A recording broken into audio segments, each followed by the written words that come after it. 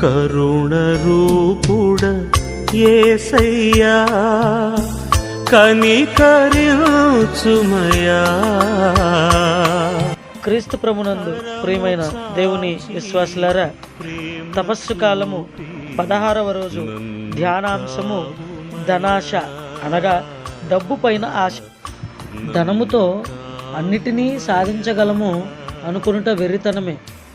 తక్కువ సమయంలో ఎక్కువ సంపాదించి సమాజంలో గొప్ప స్థాయికి ఎదగాలని మనిషి నిరంతరం ఆలోచిస్తూ తప్పుడు మార్గంలో సంపాదించటం ప్రారంభించాడు. ఒక్కసారి ధనాశకు లొంగితే చాలా తీయగా ఉన్నట్లు భ్రమ కలుగుతుంది. చివరికి ఎంత నీచానికైనా దిగజారుస్తుంది, మనలను గ్రుడ్డివారిని చేస్తుంది. లంచము తీసుకొనకుము. లంచము మంచి చూపు గల మనుజులను సైతము గుడ్డికారినిగా చేయును, నిర్దోషి కార్యమును చెరచును. నిర్గమాకాండము 23వ అధ్యాయము 8వ వచనంలో ఈ విధంగా తెలియపరచబడింది.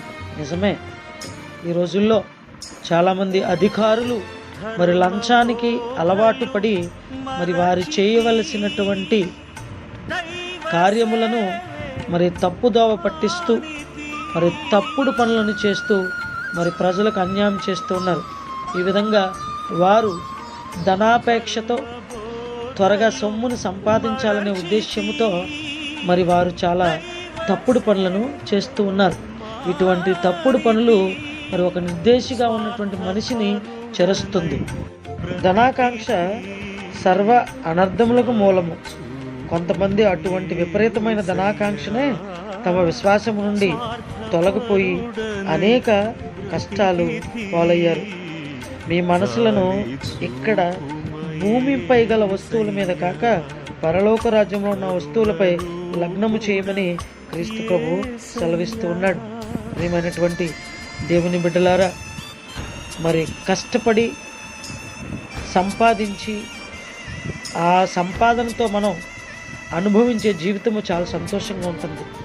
కానీ మరి అక్రమ మార్గాలలో, వక్ర మార్గాలలో మనం సంపాదించే ప్రతి పైసా కూడా మన జీవితాన్ని నాశనము చేస్తుందని ఈరోజు యొక్క సందేశంతో మనందరం కూడా అర్థం చేసుకుని ఆత్మ పరిశీలన. అక్రమ సంపాదనకు ఆశపడుతున్నానా? అధిక ధన సంపాదనకు ఆశపడి దేవునికి దూరం అవుతున్నానా అని మనం ఆత్మ పరిశీలన చేసుకుని ప్రార్థన చేసుకుందాం. ధనవంతుడు అయినా కూడా మా కోసం దరిద్రునిగా మారిన ప్రభువ, నాలోని ధనాశను బట్టి క్షమించండి. అక్రమంగా సంపాదించినది జక్కయ్య వలె తిరిగి రెట్టింపు చెల్లించే మంచి మనస్సు నాకు ప్రసాదించండి. ఈ లోక ధనం సద్వినియోగం చేసి పరలోక ధనం సంపాదించుకుని భాగ్యము ప్రసాదించమని